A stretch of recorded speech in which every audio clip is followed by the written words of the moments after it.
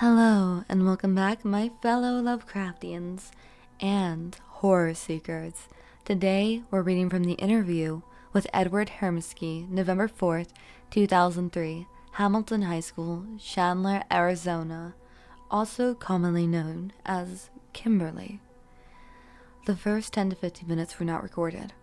We got police all over the place. We got helicopters up there.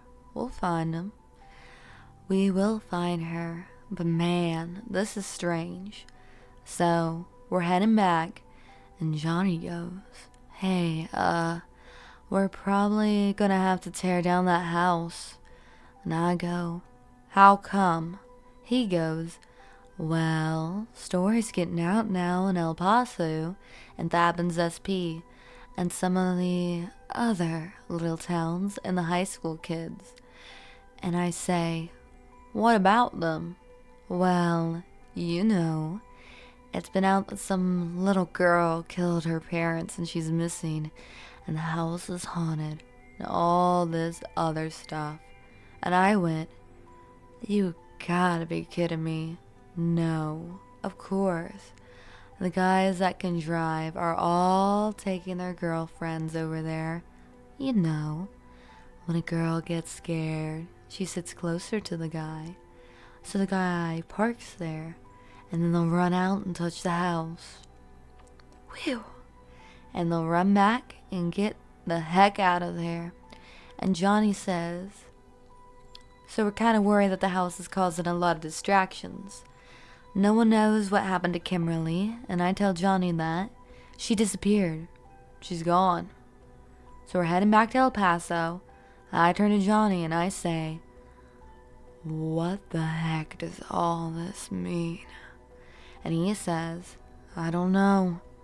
Now remember, this is the 1980s, early 1980s. Today, this is modern technology. Back then, this is something new. Johnny goes, "We got a new light. They just bought in for the police. It's like a black light. And if you turn the lights off in a room, and you turn this light on, if there's blood or anything like it, it will shine purple." And I go, "What do you mean?" And he says, "They can wash it, they can scrape it away, but it still shows purple. They use it a lot today, and I want to take that light to that house and see if we can find any blood spills inside before they tear it down." And I say, "Well, I like to see that. It would be interesting." And he goes, "Well, we'll do it tonight." So, he gets the officers that are in charge of the light thing, drives up to the house. It's dark, of course. We let him go to the door first. Well, he goes to open the door, and before he touches the handle, the door creaks open. He turns around and looks at us and we go, "Hey, I don't know, man." So he goes inside. Well, all the lights are out, and it's dark, and he turns this light on. It flickers. So, the light's on. It's still dark, and it's really eerie looking. You can only see where the light's shining, and it's got this square looking, almost black and white effect.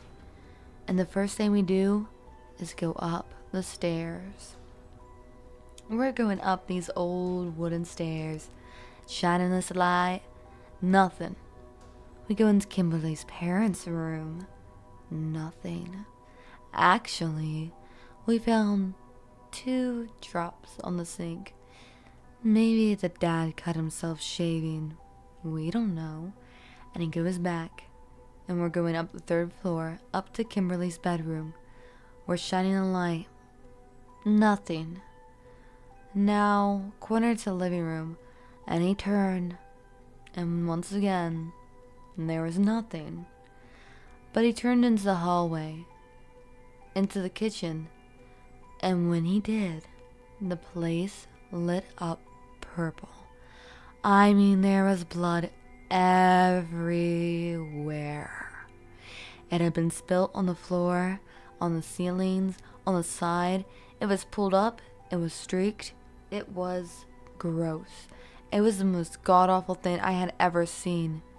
Well, we turned the regular lights on, and the police officers had to start scraping the wood floors and taking pieces of the brick out. We'd come to find out that there were 4 different types of blood. One type, we didn't even know what it was.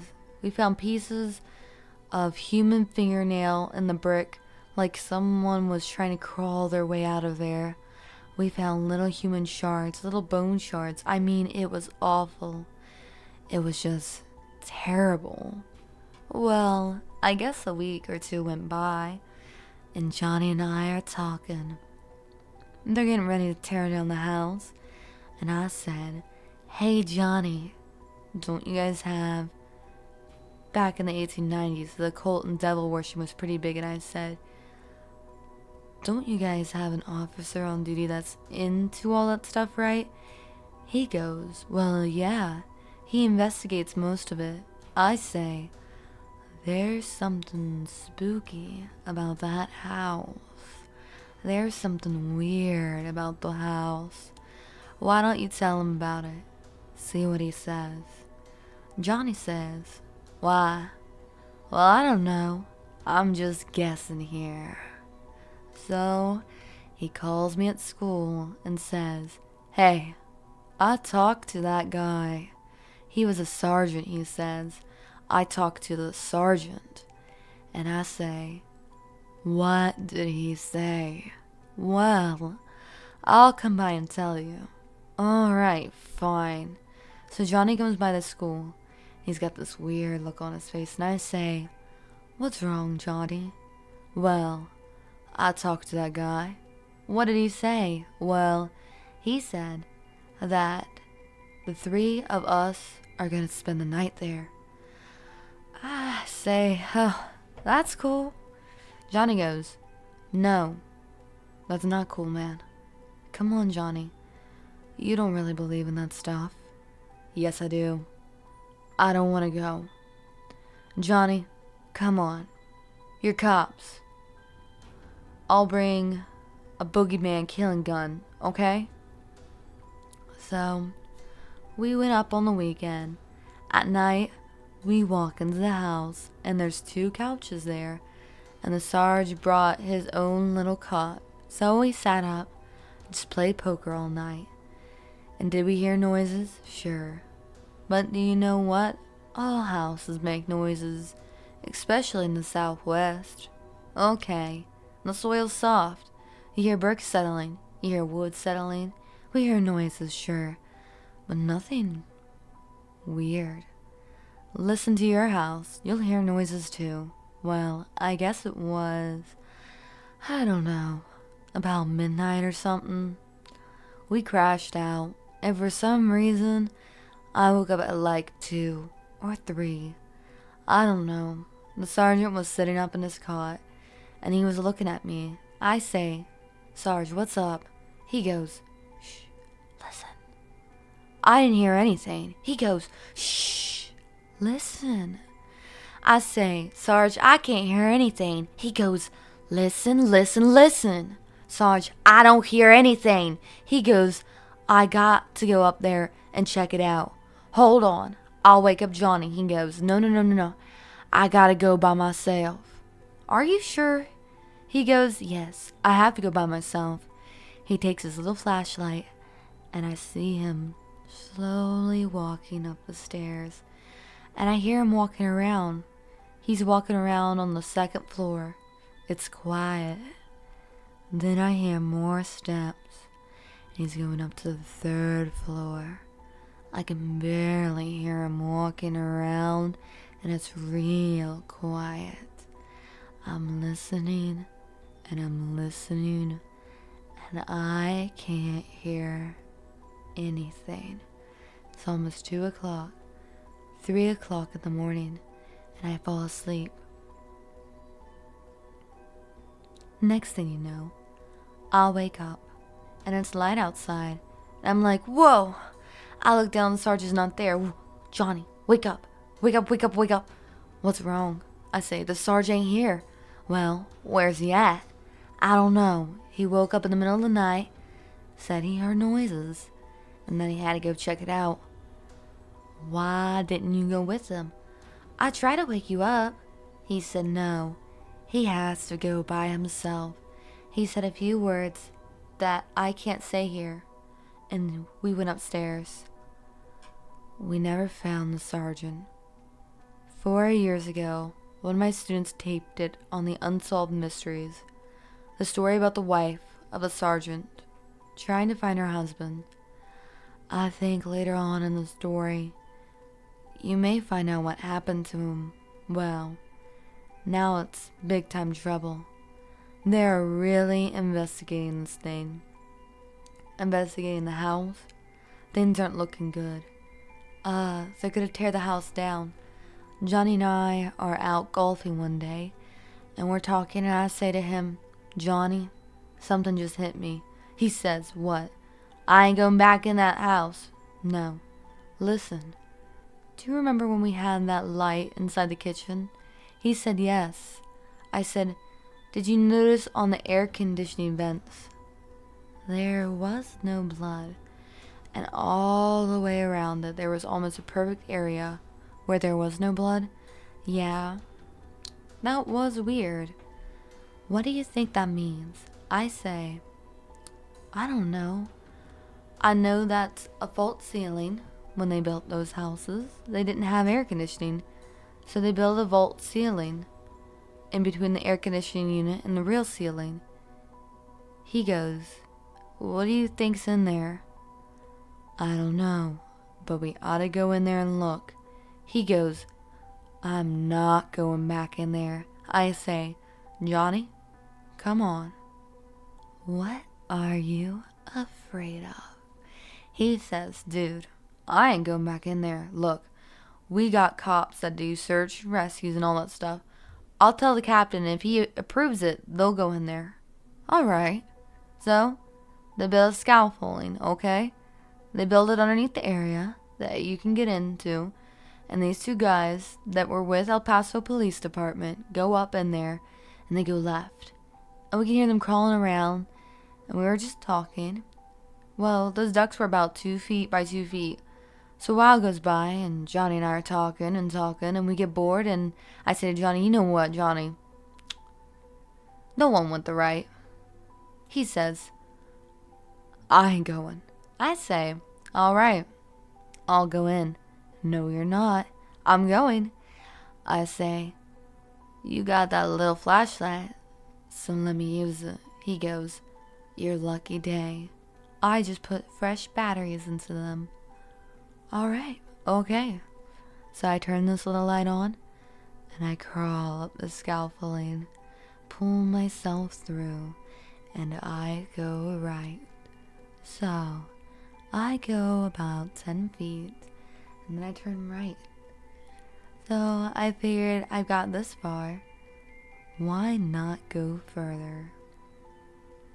Finally, I get about halfway there, and click, the flashlight goes out just like that. Uh-oh. I'm hitting it. Nothing. Alright, well now I'm out of the flashlight. I can't see. Need to back out. As I started backing out, I noticed a glow or shimmer coming from the corner. This stuff was all aluminum, and you could see it shimmer. And I thought, what is that? So I crawl that way, because I can see this little glow. I figured, if I don't see anything, I'll back out of there. So I crawl a little further, and it gets to the corner, and I look all the way down, and this duct goes all the way to the front of the house, but about 10 yards in. There's this recessed area where the heating and the air conditioning unit sat, that blow the hot or cold air out, and the shimmering was coming from back in there. So I have to crawl. I don't know, about 8 more yards to see what that glow is. So I crawl a little bit more, and a little bit more, and when I peek into that recessed area, the first thing I see is a little pair of barefoot feet. And then the feet move. And then I'm going to be the fastest fat man that ever crawled out of this air duct. Being the brave man that I am not. But I had to see. I had to look. And I look, and sitting there is Kimberly. She was holding a candle. And that was causing a glow. She looked bad. She was dirty. She had that long white nightgown on. She had blood on her. She was holding the candle. When she looked up and saw me, I say, Kimberly, how did you get in here? She goes, shh, they're here. I say, who's here? The ones that live in the walls. I say, honey, there's no one here. She goes, listen, they're here. I'm listening and looking around. I can't see anything. You need to come out of there. So she follows me out. You should have seen Johnny's eyes when I lowered her down into the scaffolding. He was like, whoa. He whistled and the other cops came down. Well, they arrested Kimberly and they have to take her downtown. Well, some time goes by and they have to take her to court. And they're having a hard time finding an impartial jury because everyone's heard about this in El Paso. So they're going to change venues and go to New Mexico or Arizona. It ends up being Arizona. Since I was going back and forth from there to Arizona, I ended up falling in love with it down here, and I moved here. Well, the case isn't too good, and they can't seem to find anything on her. And I tell Johnny, whatever is going on in that house, he goes, yeah, there's something about that house, he goes. You think you believe in something, I said. No, I just think there's something happening in that house. I think it's explainable. I say, no, I think there's something happening in that house that's unexplainable. He goes, what do you want to do? I don't know. Now, remember, this is the early 1980s, and I say, don't you have one of those cameras that you hook up inside of a room and see what's going on? He goes, yeah. I say, why don't you hook up one of those cameras in the house and see what's going on? He goes, I haven't thought about that, but whatever's happening is happening to Kimberly. I went, yeah, that's true. We both look at each other, and he goes, there's no way they're going to let me put Kimberly back into that house. I say, well, whatever is happening to Kimberly in that house. And if you guys put cameras in that room, you can watch everything that's going on in the house and monitor it. Well, he goes and talks to the captain. Captain comes back and says, you got 1 week. I'll put her back in that house 1 week. We'll have a couple of officers monitor it, and if nothing happens, we'll go back to trial. Well, they go and put cameras into every single room in that house. Kimberly's bedroom, the stairway, and the hallway. Everything is monitored and watched. They take a van and park it 2 houses down in an abandoned old house. We had 2 officers sitting there watching. What's going on? I don't know. 3 or 4 days go by, and Johnny and his wife come by for dinner, and Johnny and I are talking.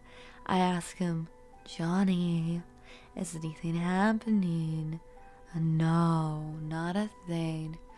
I say, well, you want to go down there and relieve him a little bit later. You know, take your wife home and we'll head down there and watch it. It would be interesting. He said, yeah, you know, El Paso is really windy, and this was a very windy night. So we take my truck and we drive down there, down to Fabens and into the area. It's really dark. Like I said, all these houses are abandoned. We drive to Kimberly's house and pull up next to the van. Of course, the officers saw us and they came out, and I say, hey, you guys want to get a late dinner or something? We'd like to watch this for a while. And they say, yeah, thanks. Just take my truck and come back in a couple of hours. So, we're inside the van, and there's no windows except for the windshield and the 2 passenger windows. It's a large van. There were 12 monitors throughout it, and a single monitor in the middle. This technology was so new. It was all in black and white. I sit down, and Johnny sits in the back. And we both start checking out the monitors. Monitor 1 was Kimberly's bedroom, and she's laying there, asleep. And you could see her whole house. So we're looking, and I say, Johnny, what are all these papers here? And he says, well, anytime a police officer sees anything, they have to write it down.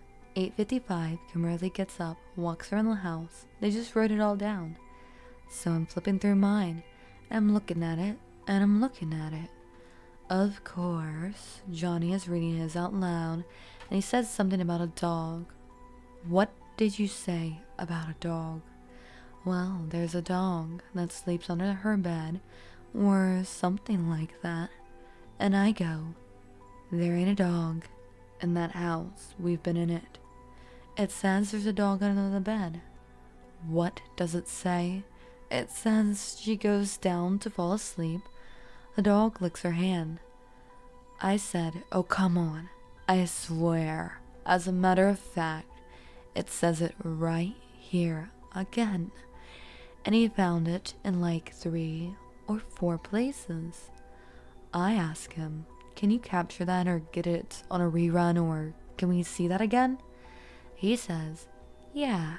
And he punches in the time, date, and hours. So he gets the tape and plays it. And Kimberly's walking into her room. She sits on her bed. She lays down. She hangs her hand down on the side of her bed, and a dog comes out and licks her hand. Johnny said, see?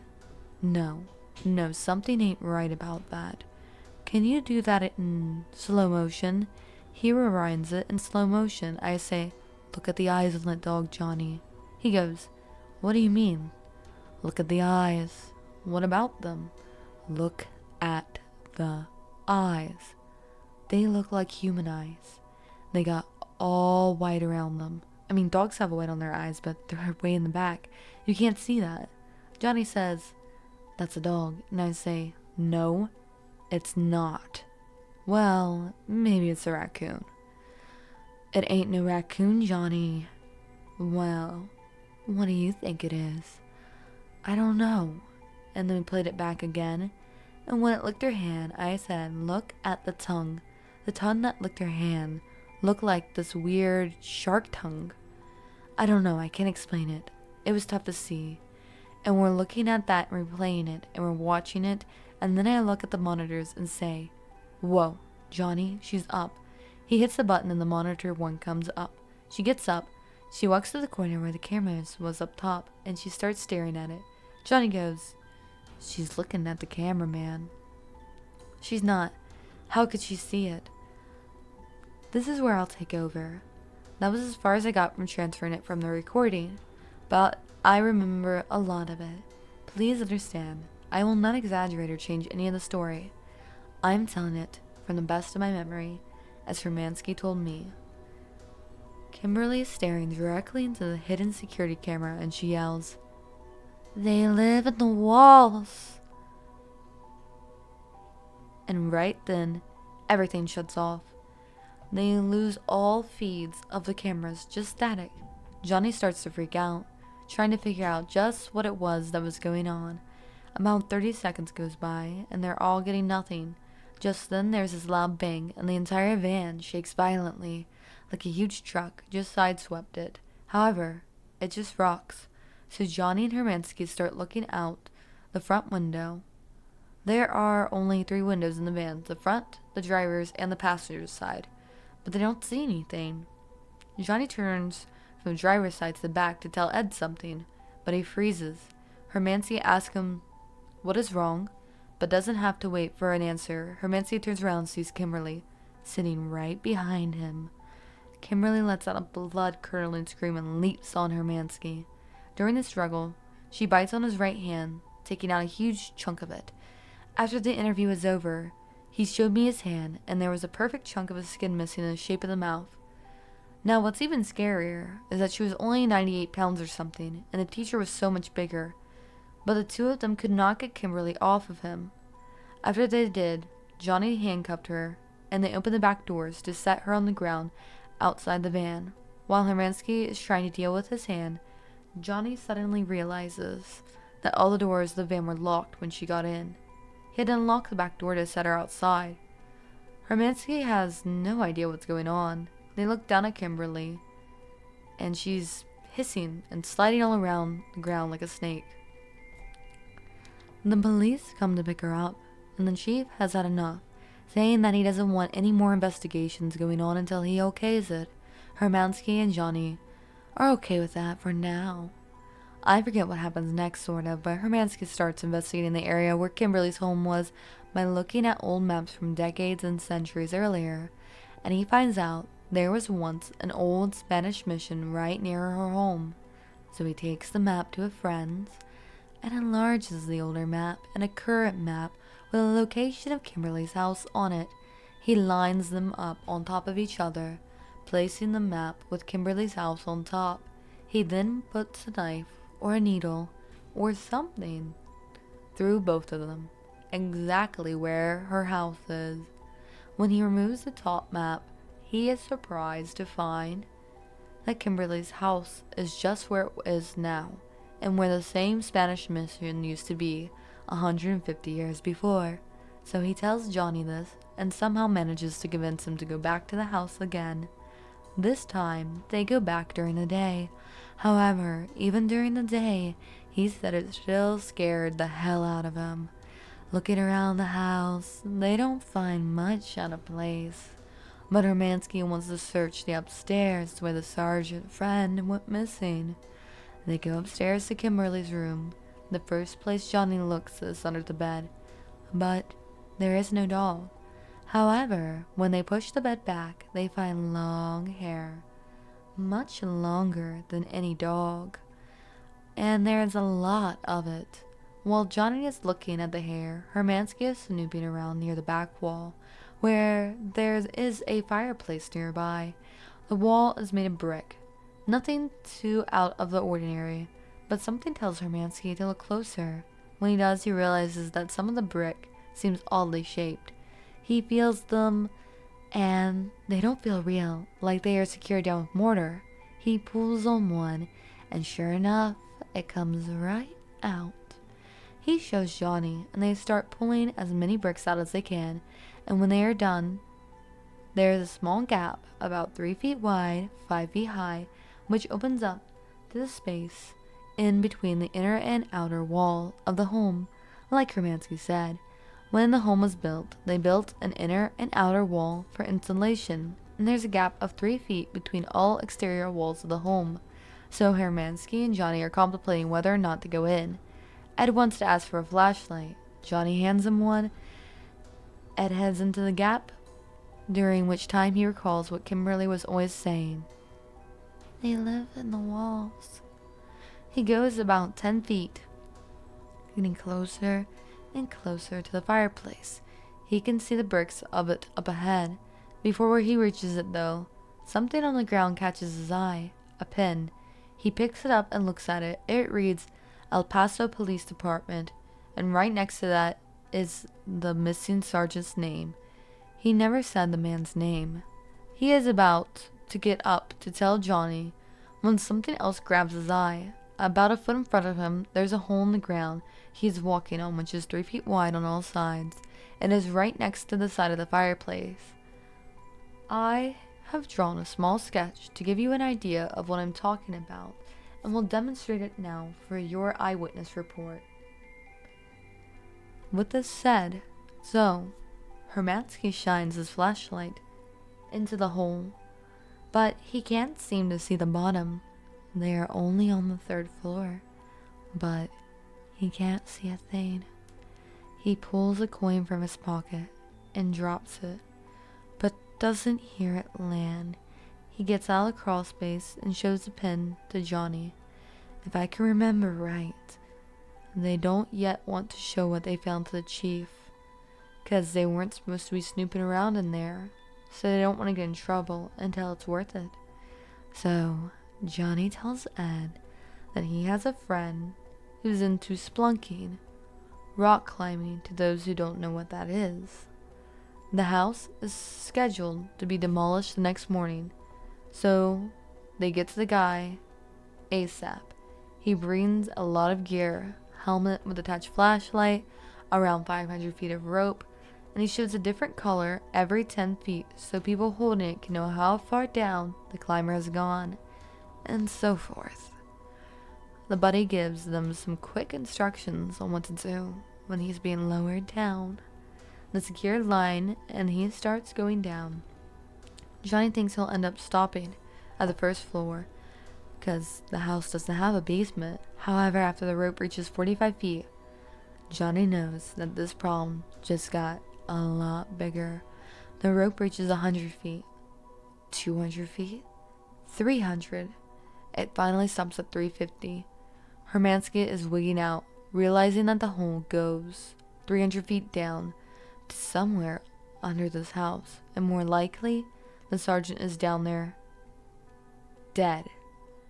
Now their buddy has been down where the rope has stopped for some time, and they haven't seen any motion. After a few more minutes, Johnny starts calling for him, but the guy doesn't answer, so they start to pull the rope back up, which is significantly lighter than they thought. When they pull it up, there's a wet substance on it. Johnny pulls out the flashlight, and to their horror, it's covered in blood, and the end of the rope is completely chewed. This is not a rappelling rope. It didn't snap, and someone cut it. It would have been a cleaner cut. No, this looked like something just bit into it and didn't let go until the man on the end was free of the rope. This is the time Johnny and Hermansky decide to go to the chief. After that incident, the city goes through with the demolition. The house is destroyed and the hole is sealed. Before they seal it up, I believe Hermansky said the National Geographic came and did a special on what was below. It turns out that there were very, very old caverns down there, but they weren't natural. They were man-made, and there were thousands upon thousands of smaller caves going in different directions. No bodies were found down there. The police sealed the hole at the top with cement. Some time goes by, and like I stated earlier, the trial is moved to Phoenix, Arizona. Kimberly is found guilty of her parents' murders and sentenced to life in a special women's prison. Hermansky ends up moving to Phoenix and starts teaching there. If you think this is the end, it's not. After a year or so of Kimberly being locked up, she escapes. For some time, she was thought to be too violent to have a cellmate, so they left her alone in her own cell. She wouldn't eat anything, and she always asked for raw meat. After a year, she showed signs of improvement and asked for a cellmate, saying she was lonely. They gave her a cellmate. The next morning at bed check, the guard saw the new cellmate was still in her bed, but something wasn't right. The sheets were red, blood red. The guards lifted up the sheets in gags. The cellmate's stomach and chest had been ripped open, and all the innards had been taken out. Inside the body is one long black hair, much like the hair that Hermansky and Johnny had found under Kimberly's bed. And the cellmate was murdered exactly the same way Kimberly's parents were. Then, to the guard's horror, Kimberly was gone. He looks around and finds there is a hole in the wall, and one of the large bricks had been taken out. Upon further investigation, guards found that something made the hole from the outside. Kimberly didn't do it. Someone or something else did, and whatever did it was digging with claws, not hands.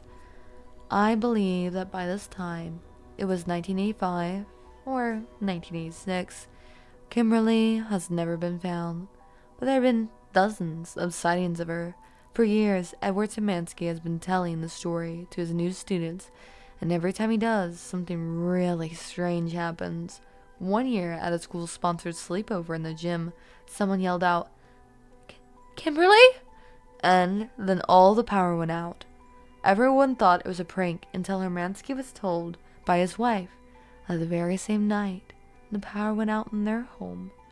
He called up the electric company and they said they had power outages that night, but only in 2 places, the high school and his home.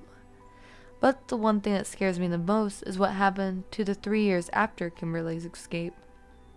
An entire family was murdered in exactly the same style and manner as Kimberly's family in their home on the corner of Lindsay and Elliott in Gilbert, Arizona. The family had a maid that was told to look exactly like Kimberly. During this interview, I was living in my parents' home, which is only 2 blocks from where this supposed murder took place. I started snooping around and went to the police station to see if the crime really took place. It took them 2 weeks to get back to me, but for $5, I was given gold. I was given the police report, crime scene photos, evidence, log, everything. And this is when I was convinced that it was all real. The photos were gruesome. The bodies of the family members were cut open, just like Hermansky's had stated. When I started to tell my friends about it, we all started to get a little freaked out because this house was literally less than 1/8 of a mile from where we live. Granted, it was 16 years prior, but the fact that she's still out there scares me to death. And what also scares me to death is the fact that all police information I was given is gone. I had a safe in my room that my dad gave to me when I was 14. That was one of those fireproof safes. Anyways, I put the police information in there one night, locked it up, and the next day, it was gone. I was never able to find it. So I went back to the police station to get another copy, and the lady said they couldn't find any records of the crime I was talking about, and even thought I was there 3 weeks earlier. They found a shitload of records for me. Well, there you have it, guys. What do you think of the story of Kimberly? I, for one, really love the story because I know there's been several events where people have found hidden passageways, hidden doorways, or even whole hidden rooms next to theirs. A couple years prior to 2025, there was even a woman who found a whole apartment next to hers through a low-bearing wall in New York City. She broke open the wall and found it desolated and completely empty. But the fear still remains in old homes that there might be something lurking just beneath the surface of your very walls. And I'm not talking about the cotton candy. I'm talking about the people, the rodents, or other more predated horrors. This story is very urban and took me a while to find. It is dedicated to Kami Kazali from our Ko-fi contributor Cthulhu Devotee. Kami, thank you for this amazing story, and I hope that you enjoyed listening to my take on the story, transcribed and processed through by the original author. Honestly, I could read more stories that are urban, because the sheer dread of the hairs being found in the stomach makes me think that this might have been a cult practice long forgotten in time. An eldritch horror that has a modern urban legend behind it really adds to the perspective that the creatures that might be in our imagination might just be lurking right beneath our feet at this very moment. Well, as always, I'd love to hear your opinion, my lovely Lovecraftians and horror seekers. But until next time, bye-bye.